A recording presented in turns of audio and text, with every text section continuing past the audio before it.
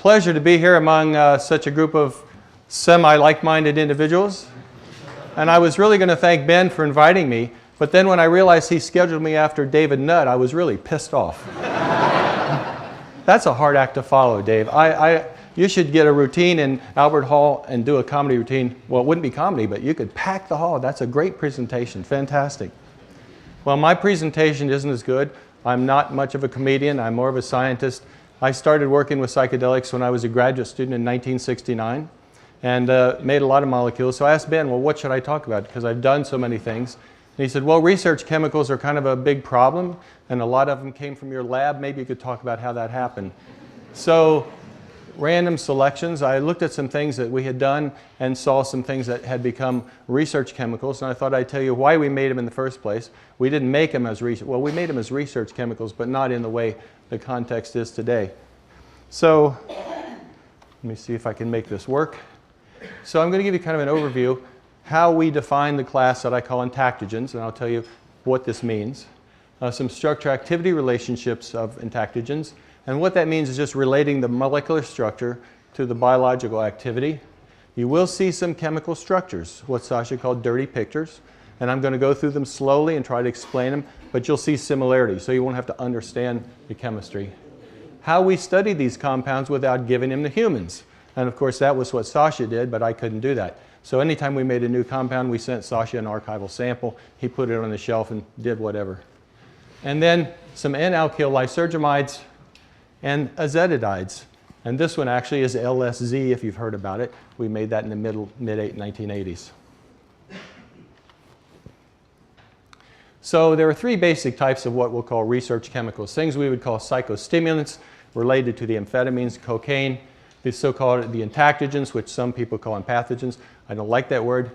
And psychedelics, which are also called hallucinogens, and the popular term entheogens, which will never be accepted in science, but which a lot of you understand quite well. So most of these compounds are called aryl ethylamines. Aryl meaning we have an aromatic ring, like a benzene ring in dopamine or norepinephrine, and ethylamine is a 2-carbon piece attached to a basic nitrogen. So we have serotonin. The aryl system is a little larger. It's the indole, which is what's in the LSD, and then 2 carbons away from a basic nitrogen, and dopamine and norepinephrine. And you can have substitutions at this alpha position or at the beta position. You can have things attached to the nitrogen. But that's the basic template. And all of these research chemicals interact with receptors or various targets that normally accommodate these natural neurotransmitters in the brain. So we cooked up some new stuff in the lab, and we want people to try it. No laughs. Okay. Usually it gets a laugh, but I guess this audience... Over the years, I had many, many people offer to try our chemicals, and I never could do that at Purdue. I had a graduate student that sort of said this one day, and I don't know if he was the originator of it, but I think it's true, and David Nutt alluded to it. Make one drug illegal, and a more dangerous one will take its place. And people have asked me, well, how could we stop this proliferation of new research chemicals? I say, well, make cannabis legal, make MDMA legal, make LSD and psilocybin legal. There won't be much of a market for research chemicals. Well, that's not going to happen anytime soon, but that's the way to solve it. Psychostimulants. So what did we actually do if we didn't use humans? Psychostimulants can be studied in preclinical models, which means before you go into humans. We use mostly rats, sometimes mice. And psychostimulants like amphetamine or cocaine, they increase locomotor activity. If you give it to a mouse, he'll run around really fast, just like a human will. Give him cocaine or amphetamine, they'll have a lot of increased energy and activity. They're also self-administered. Self-administration means if you take a cannula and implant it into the vein of a rat or mouse or monkey, and you hook it up to a syringe that has a solution of cocaine or amphetamine, you can train the animal to push it, make a response, and give himself injections. And they can become dependent, just like humans can become dependent on psychostimulants, cocaine or amphetamine. Conditioned place preference is just another model that shows they can produce dependence. And increased extracellular brain dopamine, that's the basis, the underlying basis for stimulants. It increases turnover in areas of the brain that use the chemical dopamine. So if you take amphetamine or cocaine, your dopamine levels are pumped up, your dopamine system is active. If you have a good meal and it's satisfying, it's dopamine that's turned on good sex, it's dopamine that's turned on afterwards. So this is the feel-good chemical, dopamine. Entactogens, they have a pharmacology similar to psychostimulants, but the main thing that makes them different is that they release more serotonin than something like amphetamine does. You can look at extracellular serotonin increase, but we use drug discrimination in MDMA-trained rats, and I'll tell you what that is. That's the primary assay that we used, and that's how people picked up on the things we published and thought they might be useful as research chemicals. And psychedelics, they activate a type of brain receptor known as the serotonin 2A receptor, and all these things you saw Robin present about psychedelics and brain activation, that occurs as a consequence of stimulating these brain serotonin 2A receptors. It's evolutionarily very old. 5-HT2 receptors show up in single-celled organisms like paramecium, and it's been retained through evolution because it's such a fundamentally important receptor. In addition to using drug discrimination to test these compounds, they also induce what's called a mouse head twitch. If you give a psychedelic to a mouse, he'll shake his head. And the number of times and frequency with which he shakes his head is actually correlated with psychedelic activity in humans. So these are things you can do in the lab that have roughly a predictive power in terms of what will happen in humans.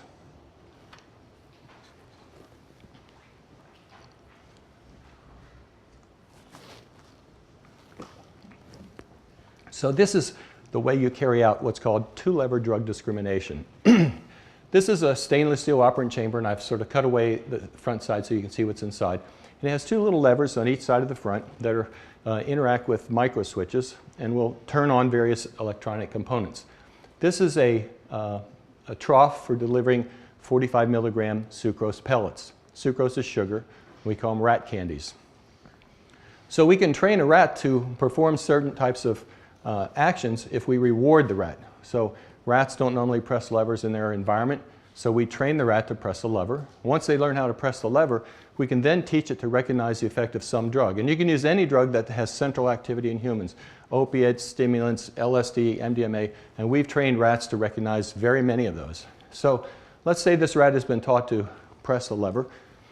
We now put the rat in here and we give him, for example, an injection of MDMA, and we turn on the right lever, and if he presses the right lever, he'll get one of these little rat candies. If he presses the left lever, nothing happens. The next day we put him into the box, we give him a placebo injection of saline, and we activate the left lever. If he presses the left lever, he gets a rat candy. If he presses the right lever, nothing happens. Over a period of 2 to 3 months, you can train these rats to reliably press the drug associated with a training drug, MDMA, amphetamine, LSD. It's a very robust response. The rat will respond on this lever up to 1,500 times in a 15-minute period of time. And they very reliably go to the proper lever. So let's suppose we made an analog of MDMA. We gave it to this rat who's been trained to recognize the effects of MDMA. We put him in here. He's been trained to press the right lever if he gets MDMA. So now he presses the right lever. He doesn't know what you gave him, but essentially he's saying, I think you gave me MDMA. Now, this approach has a couple of really good advantages. It's essentially predictive for human activity and potency. Not always, but it's a good predictor. It's exquisitely sensitive. So these rats can pick up the effects of these drugs at doses that are much lower than a dose that would produce some overt effect on their behavior. You give a rat LSD at the dose where they interact here, the rat looks completely normal. And the other advantage is that there's something called a third state hypothesis. If this rat is trained to press the right lever on MDMA, if we give him LSD, he won't press the MDMA lever. He'll only press the MDMA lever if he's given a drug that either is identical or has similar properties to the training drug. So all of our analog work was done using rats trained with MDMA, amphetamine, LSD, things like that. And then we would give it to the rat and he would say, well, I think you gave me MDMA, or I think you gave me LSD. And by using different doses, we could actually map a dose-response curve, find a dose where half of the rats would respond, and then we could compare that with the dose of some other drug. So first of all, I worked on MDMA starting in 1982 before anybody else knew about it, and well, before most people knew about it. And in 1984, 1985, the US Drug Enforcement Administration started noticing the vast popularity of MDMA, ecstasy, and they said, it's just another hallucinogenic amphetamine. And I had met a number of the psychiatrists who used it and therapists, And I really became convinced that this was a substance that had therapeutic utility. But because of the DEA's actions, they were going to really destroy it. And it wasn't a psychedelic. It wasn't hallucinogenic amphetamine. And I'll show you how we prove this. This compound in the upper left here is DOM, or STP. It's the R isomer. And what this is a carbon. So we have, again, an aryl ethylamine. This is a carbon here that has 4 different things attached to it. When you have a carbon atom with 4 different things attached, we have an amino group, a hydrogen atom, a methyl, and then the rest of the molecule. If you have 4 different things attached to a carbon atom, it's a chiral center or stereochemical center, and you have the possibility for optical isomers, mirror images. This is R, DOM, and it's the one that's psychedelic. Doses maybe 5 milligrams, 5 to 10 milligrams. This is the mirror image. You see I've taken this hydrogen and I pushed it in the back. This is the S isomer, and it's not active. Now if you look at MDA, you have 2 isomers of MDA. You have S and R. R-MDA is a psychedelic. S-MDA is an entactogen. Well, look at the stereochemistry. This looks just like this inactive isomer of a psychedelic, but it's active. Well, the next thing, if you put a methyl group, take this amino group in NH2, and you add a carbon and make it a methyl group, N-methyl-DOM is inactive. But N-methyl-MDA is MDMA, and it's active. So based on pharmacological principles, you say this isn't possible because the biological targets are chiral. They're amino acids. They're all L-amino acids. It's not possible that these could be acting in the same way. But I thought we need one more proof. So this is a compound that Sasha Shogun made called BL3912A. It was taken by a major pharmaceutical company. Sasha thought it had antidepressant effects. It didn't, but they tested it anyway. And all they've done is extend this methyl out to an ethyl group. And they took it into a patient population of elderly patients who had cognitive decline, age-related cognitive decline. And although the dose of DOM is 5 to 10 milligrams, they inadvertently dosed this woman with something like 200 milligrams. She had no psychedelic effects at all. So we had the reverse stereochemistry from a psychedelic. We had N-methylation, which kills activity in psychedelics. And we had this alpha-ethyl compound, which we named MBDB, which is an entactogen. Now, you don't hear much about MDMA or MBDB because it wasn't popular because it doesn't produce euphoria. It is an entactogen. Sasha took it into his group. He said, yep, it's an entactogen. I think you'll find it in Preclinical. He calls it methyl J, I think, also. So when the DEA took notice and really started this action to schedule it, I thought, you know, because it's had its origin in the underground scene, it's never going to be commercialized. And Rick Doblin is trying to prove me wrong, and I think he's doing a good job. Thank you, Rick. But I thought at that time, being a scientist in a mainstream Midwestern Bible Belt type place, this is never going to make it. Too controversial. They're going to say it's dead. And they have certainly tried to do that, haven't they, Rick? So some of the things that I did as a medicinal chemist were, let's make some rigid analogs. So this is MDMA. And these bonds are flexible. This is a very floppy thing. So just imagine these things kind of flipping all around. You can rotate 360 degrees, 360 here, 360 here. And one of the things that medicinal chemists do is make rigid analogs. So when it binds to its target in the body, the side chain doesn't keep flipping. It adopts a specific conformation that allows it to be complementary to its target. What is that conformation? Well, let's lock it into some different orientations. So here we take a carbon atom and tether it and make a 6-membered ring. And we can flip it the other way. So we can tether it this way, or we can tether it back this way. So these are the 2 possibilities. Now these numbers are data in MDMA-trained rats in that drug discrimination model. So here's MDMA, 2.6 micromoles per kilogram of rat body weight. Rat weighs about 1/4 of a kilo.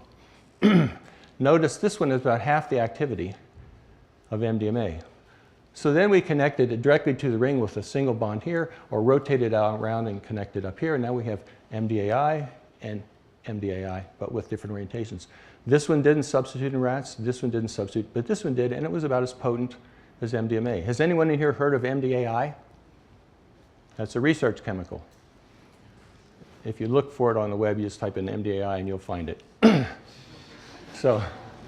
But we didn't make it as a research chemical. We made it to map out the orientation, thinking maybe we'd come up with another molecule that would have effects like MDMA, entactogens. So another question we asked was, well, here's MDA, and it's got 2 oxygens. MDA stands for methylene dioxy, 2 oxygens. So these are the dioxys. Do you need both of those? That was a question we asked. Maybe we could take one out or the other out and get something that had effects like MDMA as an entactogen, but it wouldn't be MDMA, and maybe we could develop that. So here's 6-APB and 5-APB. Has anyone heard of those, 5 or 6-APB? A few hands. So MDMA, here's MDA, 4 micromoles per kilo. You see this is more than twice as potent. This is more than twice as potent. This one I haven't seen as a research chemical, but it's even more potent. So this is in rat drug discrimination. So we developed these not as research chemicals, but as probes to test which of those oxygens might be more important. And I had a fellow come up to me yesterday and he said, what do you think about the therapeutic potential of 6-APB? I said, I have no idea. We only tested in rats. He said, I had an experience and I was completely changed and my life just got so much better. I was depressed. That's great. I didn't make it for that reason. It was great that it worked for him that way, but you see why we made him.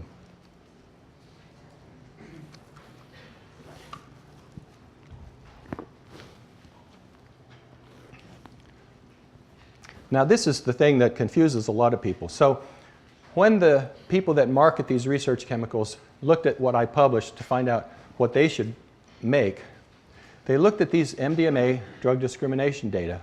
Oh, this one is as potent as MDMA. Oh, this is more potent than MDMA. And there's this widespread misperception that MDMA works because it's a serotonin releaser. I talked to a psychiatrist who said he was giving his depressed patients 5-hydroxytryptophan because it was a precursor of serotonin. When he increased brain levels of serotonin, I said, that's not how SSRIs work. If you take a drug that's a specific serotonin releaser, like fenfluramine or norphenfluramine, an appetite suppressant, you will not feel good. It does not make you feel good. Dopamine is the feel-good chemical, not serotonin. So how do you reconcile that? So here we took slices from rat hippocampus, made little, very thin slices, and we incubated them in a solution of radioactive serotonin. We washed them off, put them in a little chamber, and we superfused artificial cerebrospinal fluid over, and we measured the radioactivity of what's coming over there. So here's basal rates, and now we add these drugs, and you see we have an increased release or efflux of serotonin for MDA, MDMA, and MBDB.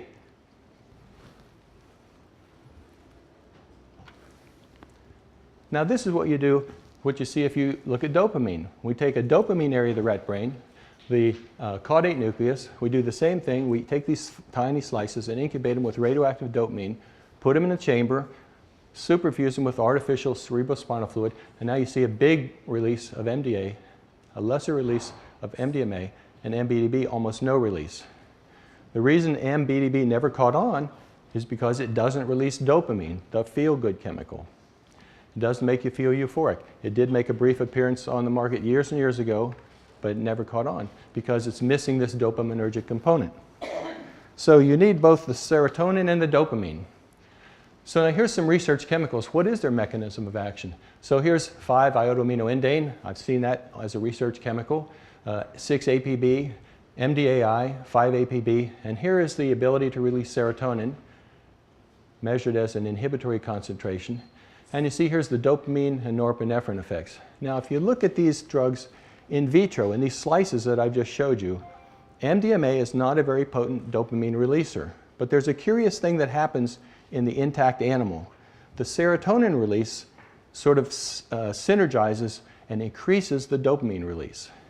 So serotonin is released by these compounds, and it activates, where it's released, it activates the serotonin 2A receptor. That's the same receptor that psychedelics activate, but it doesn't necessarily produce a psychedelic effect. But these receptors are located on these other neurons that contain an inhibitory neurotransmitter called GABA, gamma-aminobutyric acid.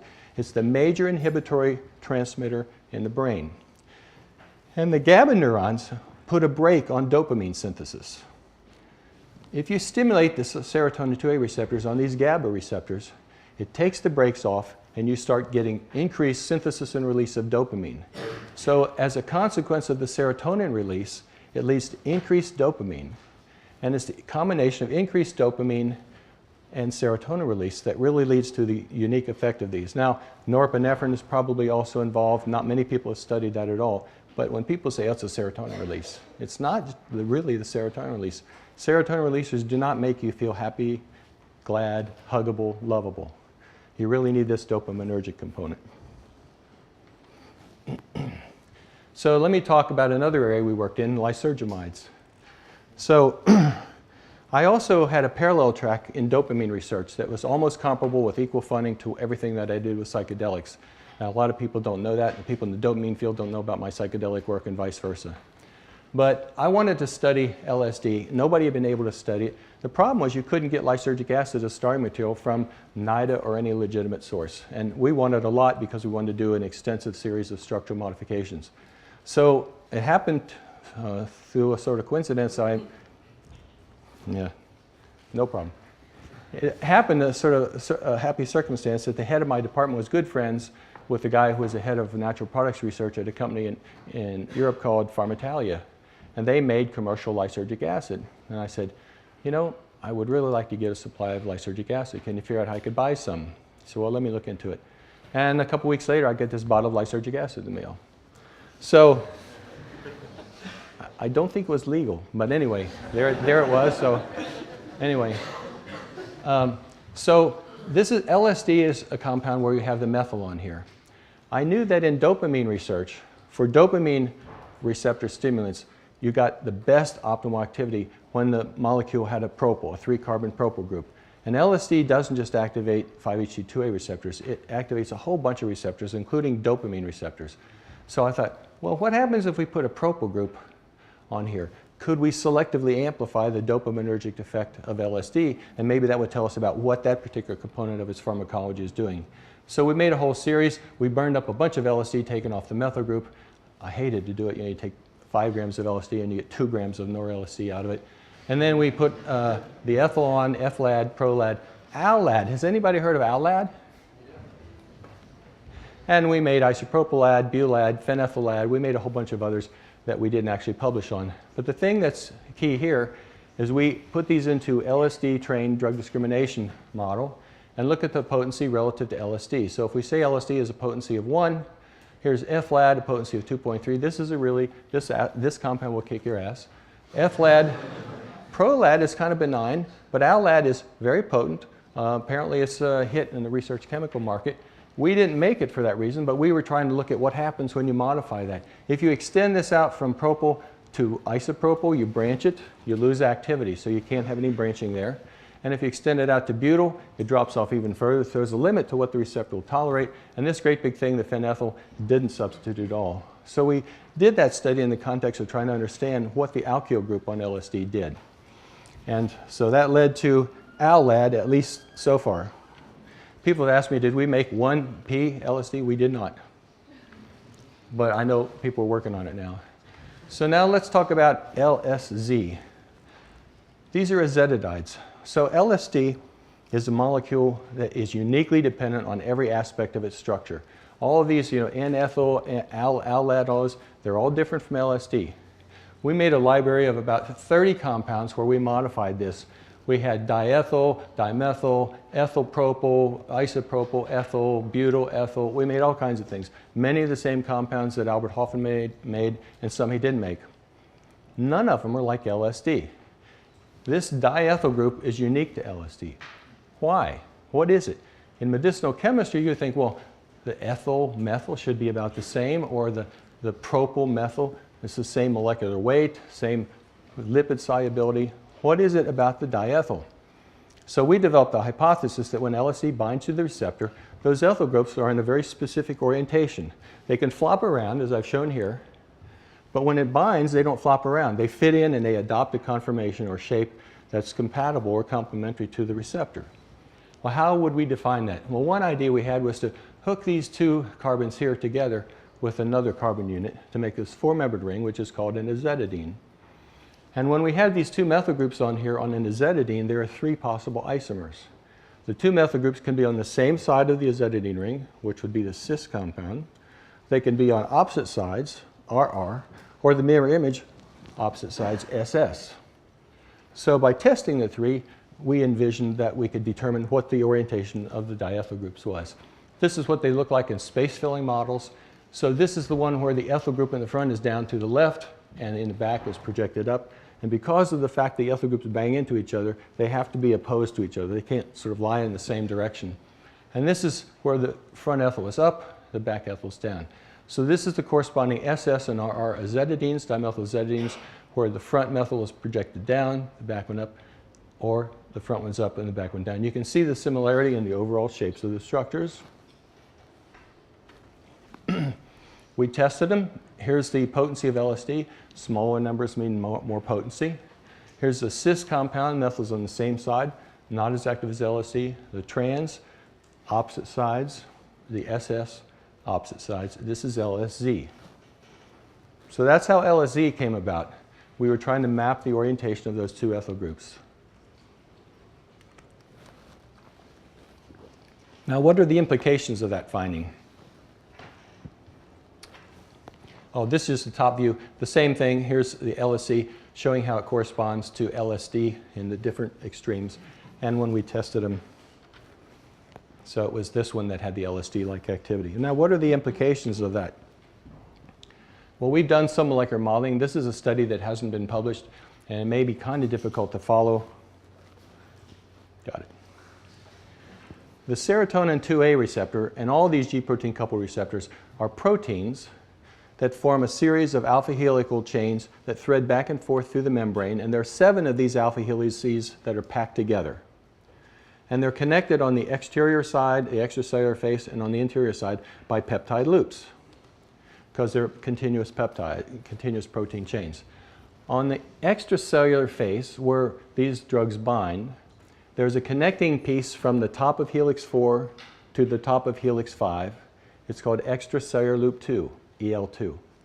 And we've mutated residues in that loop, and we know that there's a leucine at residue position 229 that interacts with LSD, with the diethyl amide. So here's a superposition of LSD and SS, azetidide, bound to the receptor, and this shows extracellular loop 2. So the green line represents the sort of backbone of the LSD EL2 binding, and the purple represents that loop when the SS binds. And you can see they're pretty similar, and there's only less than 1 angstrom separation displacement between those two loops when LSD binds and when LSZ binds. But when the RR isomer binds, these are, again, this is the RR azetidide and LSD superimposed.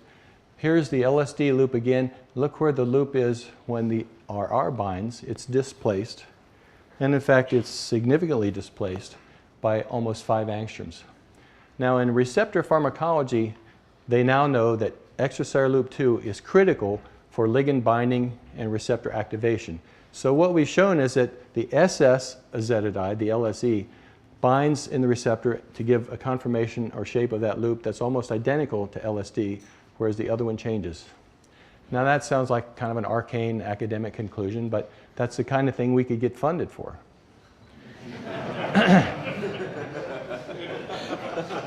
Remember, my work was funded by the National Institute on Drug Abuse, whose mission is to stop people using drugs. But I'll leave you with a philosophical point on this. The receptor that's activated by LSD has evolved over time to be uniquely complementary to LSD and LSD only. So you can think about that. Do I have 1 more minute, too? 1 minute?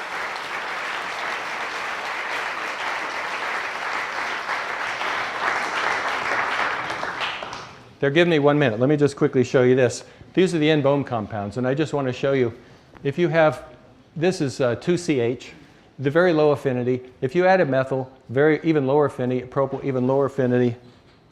If you put a benzyl on, it jumps all the way up to 70, and if you make an iodo, which is the 25I N-Bohm, and with a methoxy, it goes down to 40 picomolar. This is the most potent ligand for the serotonin 2A receptor known.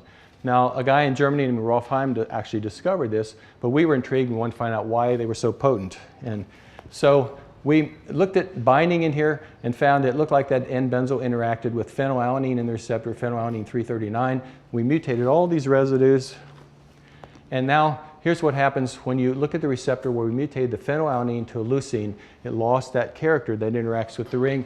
This compound was a 10-fold loss in activity. This is a 5-fold loss, 6-fold loss, and a 40-fold loss here, and then a 500-fold loss here. So that was the compound we worked on, and I don't know that anybody would have picked up the original German, but we published this in a major scientific journal and showed that they bound because this benzyl ring interacted with a specific residue in the receptor. So again, these came out on the market. You probably all have heard of the N-Bohm compounds, and it's because they interact with a specific part of the receptor. So that's kind of what I did. So.